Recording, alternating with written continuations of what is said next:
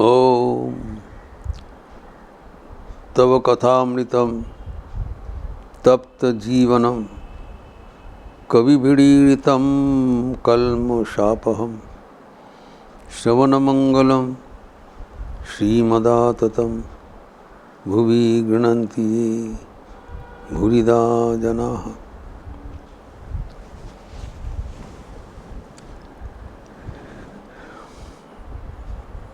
भगवान श्री रामकृष्ण के भक्ति प्रसंग हो रहा था।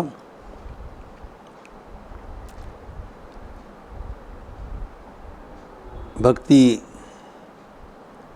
जब गंभीर हो जाता है तो वहाँ पर वो स्थिर हो जाता है। जैसे उदाहरण दिया था पानी और जल। श्री रामकृष्ण ने कहा कि अत्यंत उत्तर में एवं अत्यंत दक्षिण में, उत्तर मेरु एवं दक्षिण मेरु में कहा जाता है, ठंडी इतना ज़्यादा होता है वहाँ पर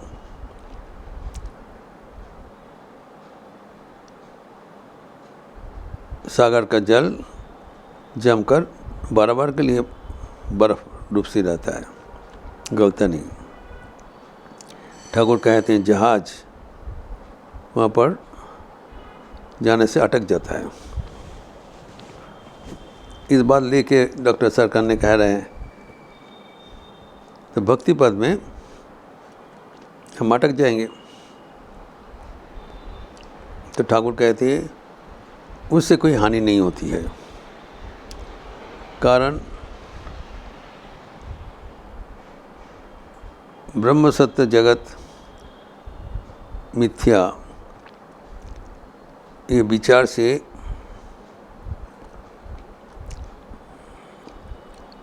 ज्ञान सुजूदित होने से वो बर्फ गल के जो पानी रहता वही तो सच्चिदानंद सागर का ही जल हुआ। जल में तो रह जाते हैं, दूसरे कहीं पर नहीं जाता है। अर्थात भगवान से ही युक्त रहते हैं।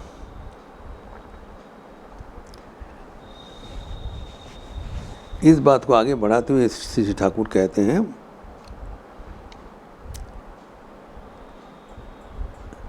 समाधि होने से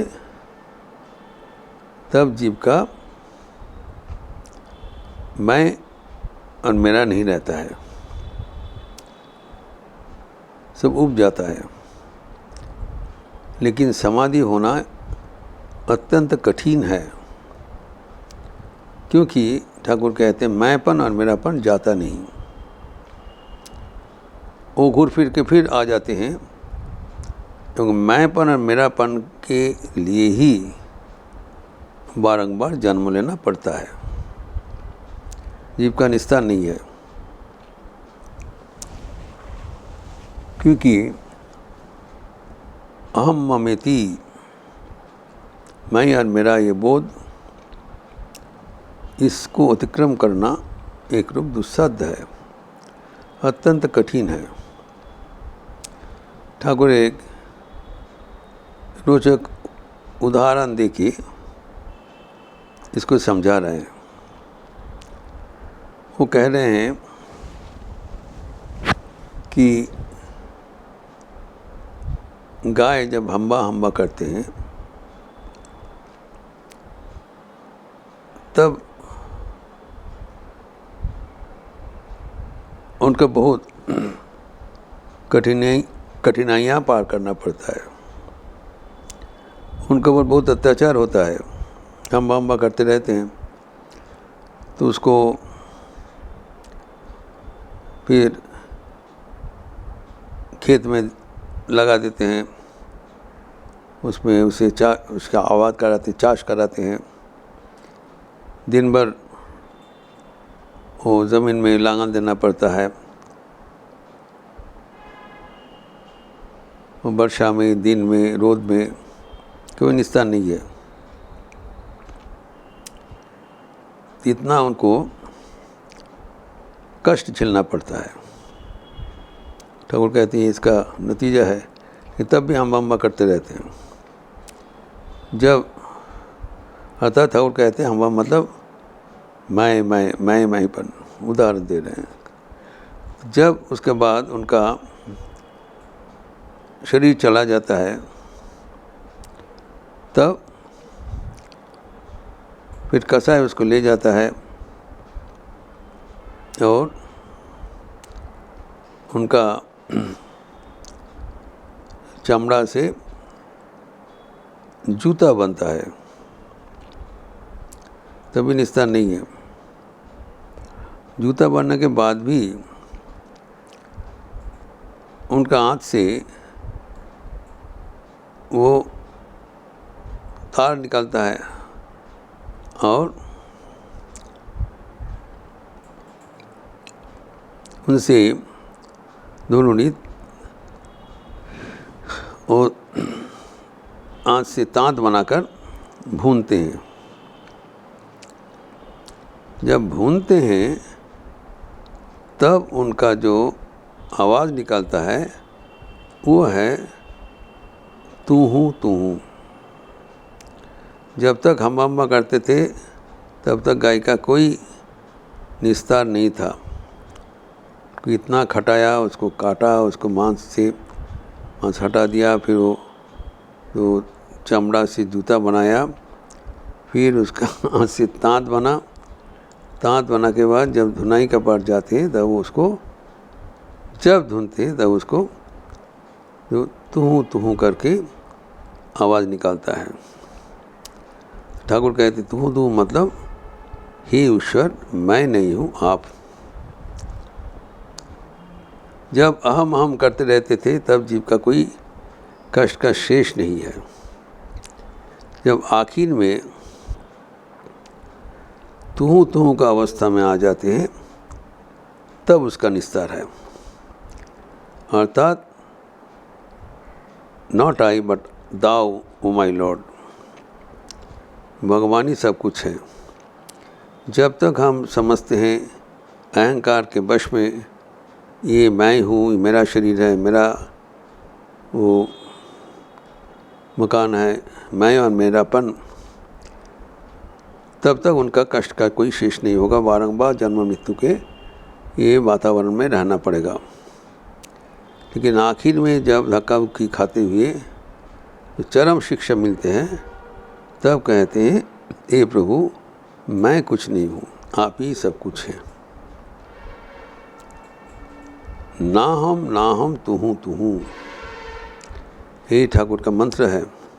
ना अहम मैं नहीं हूँ, आप ही हैं, जो कि सच है, जो कि वास्तव है।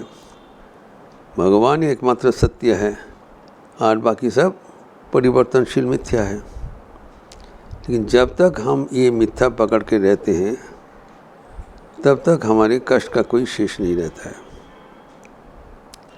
जब जीवन के घात प्रतिघात से एवं जन्म जन्मांतर के संस्कार से हमारा चैतन्य प्राप्त होता है, ज्ञान लाभ होता है, तब हम उस पर्याय में चले जाते हैं। तब हमारे जीवन में समर्पण का भाव आ जाता है। किसका समर्पण? अहंकार का समर्पण, आत्मसमर्पण। तब जीव देख लेता है कि उनका कुछ नहीं था, खाली अहंकार के कारण वो अपना इतना मर्यादा दिया, आपने इतना सम्मान दिया जिसका कोई अस्तित्व ही है नहीं।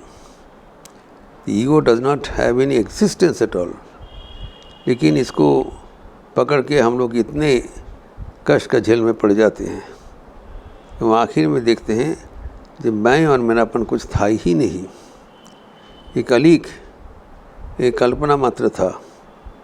सब कुछ भगवान ही थे, वही हमारे भीतर से करा रहे हैं। हम गलती से मैंपन मेरापन रख दिया और इतना कष्ट झेला। जब जो अज्ञान चला जाता है, ज्ञान सूर्य उदित होता है, तब हम अपना जो भ्रम समझ लेते हैं और उस अवस्था में हम भगवान के चरणों में समर्पण का भाव ले लेते हैं। तब हम बोलते हैं नहीं मैं नहीं है, नहीं है, मैं और मेरापन नहीं है। वही चरम अनुभूति है, वही आध्यात्मिक जीवन में जो परम लक्ष्य है। जब हम भगवान के चरणों में समर्पित हो जाते हैं, हमारा व्यक्तिगत अहंकार को जलांजलि दे देते हैं, तभी हमारे आध्यात्मिक जीवन यात्रा संपूर्ण होता है। वही भक्त का चरम लक्षण है। ज्ञानी मैं हूँ करते रहते हैं, लेकिन वो भी जब आदर्श भक्त में रूपांतरित होगा तभी उसका ज्ञान परिपूर्ण होगा। लेकिन भक्त के लिए यही एक सुअवसर है कि भक्ति के माध्यम से वो अत्यंत सहज ढंग से अपना अहंकार समर्पित कर सकते हैं। भक्त भगवान का आश्रित है, भगवान को सामने रखते हुए अपना क्षुद्र अहंकार को जलांजलि दे देते हैं। तब उनके जीवन ईश्वर केंद्रिक हो जाता है एवं तब उनके जीवन में जितने समय समस्याएं अब तक हो रहा था वो सब कुछ अंतरित हो जाता है। अंतरित हो जाता है का मतलब जीवन का समस्या का जो शेष नहीं रहता है, लेकिन समस्या को वो उनको मुकाबला करने के लिए उनका मन में भरोसा आ जाता है। जो अकेले नहीं है, सभी भगवान की वो समर्पित है, वो शरणापन्न है। प्रभु जैसे करा रहे हैं वो कर रहे हैं, उसका अपना कोई जिम्मेदारी नहीं है। जब अपनापन चले जाते हैं तब भगवान आके अधिग्रहण कर लेते हैं, तब उनका जीवन संपूर्ण दूसरा ढंग से चलता है। यही है ज्ञानी से भक्तों के भीतर का रूपांतरण। इसके लिए ठाकुर कहते हैं कि जो गाय का जो उदाहरण दिया है हमें कभी भूलना नहीं चाहिए। जो हम करते हुए आखिर में तू करते हैं, वो भी जीव वैसे ही पहले हम करते हैं, फिर जब इतने कष्ट झेलते हैं, जन्म जन्मांतर का दुख के अनुभव, फिर आखिर में भगवान के चरण में समर्पण करते हैं। जो शरणागत माँ कहते हैं, शरणागत भिन्न और हमारा कोई चारा नहीं है। शरणागति हमारे जीवन का अंतिम पर्याय है। जब हम भगवान के शरण में चले जाते हैं तब भगवान हमारे सारी समस्या का समाधान कर देते हैं एवं जीवन स्वर्णिम हो जाता है।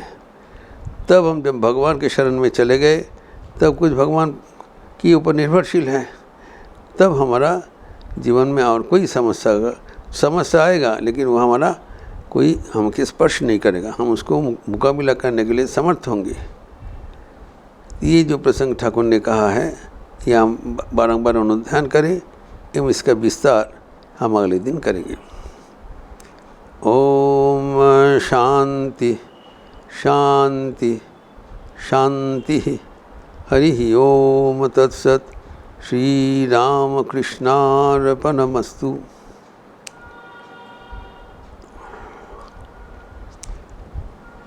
ये जो सत्प्रसंग हो रहा है ये हमारे आध्यात्मिक जीवन का बुनियाद है।